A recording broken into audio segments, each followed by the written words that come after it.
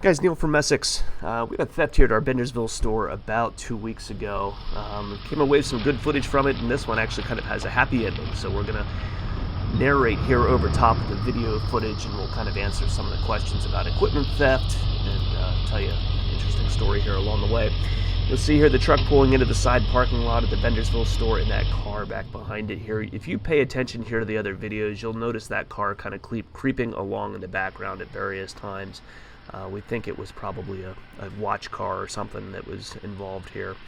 Guys creeping up here along the side of the building. It's obvious they probably cased the place here earlier. They clearly know what piece of equipment they're going after. It's a track loader up here that's parked on the left-hand side. Probably going to have some questions about the security at a facility like this. There are aircraft cables that run across the front of all the equipment and chain link fences here along the road.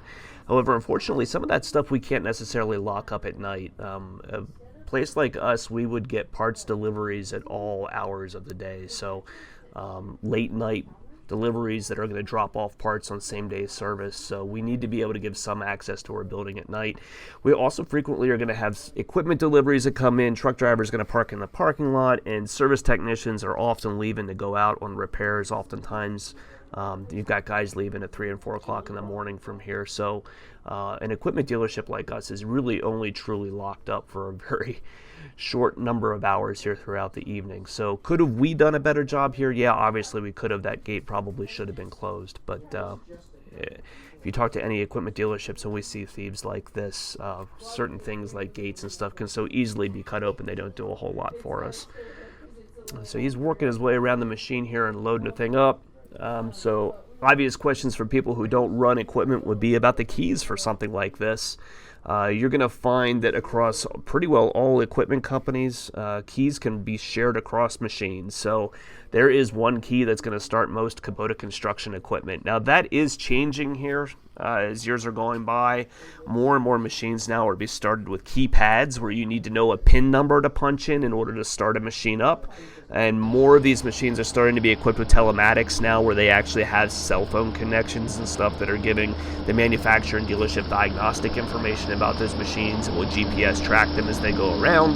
This machine, though, does not have any of that stuff installed in it, but those things are becoming more popular all the time. We're probably getting to the point that in the next year or two, you're going to see that kind of stuff starting to look like standard equipment. But when these things are on job sites, they don't want them to be difficult to start and operate, right? Because you need various operators to be able to jump in and out of them, and customers have just pushed back on the inconvenience of more secure machines. There used to be individually keyed options for these things, and there was a range of electronic keys at one point where you could go and actually have a key tied to a particular unit, and customers just didn't care for it because of the inconvenience that it causes out on a job site for them.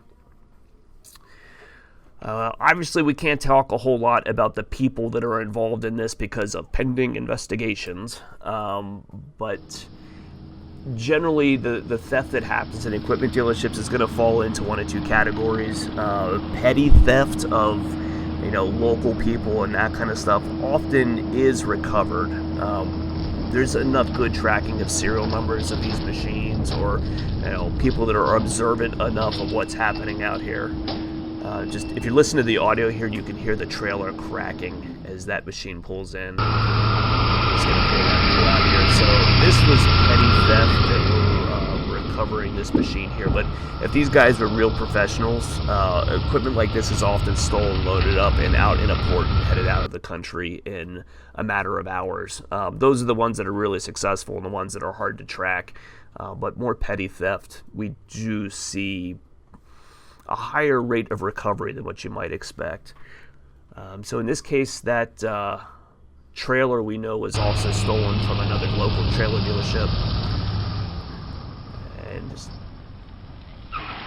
tearing out of the parking lot. So where this got interesting here was that trailer was not rated in order to carry this heavy machine, and fortunately for us, he got a handful of miles down the road here, and the suspension on the trailer completely gave out, and so they had to abandon the machine along the road.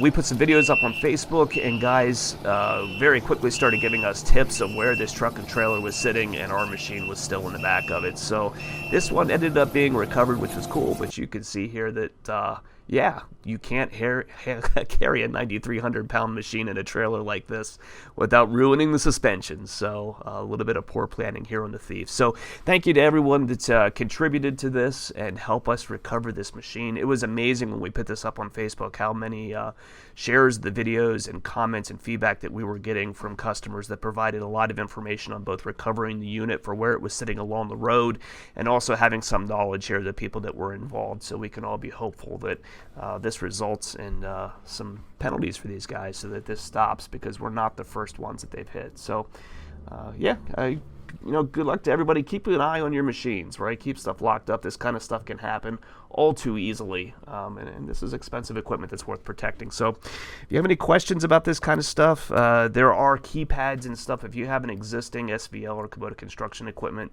keypad starts now are available to retrofit back onto old machines, and we have those in stock for you. So if we can help you with anything, give us a call, 800-222-3373, online at Messick's.com.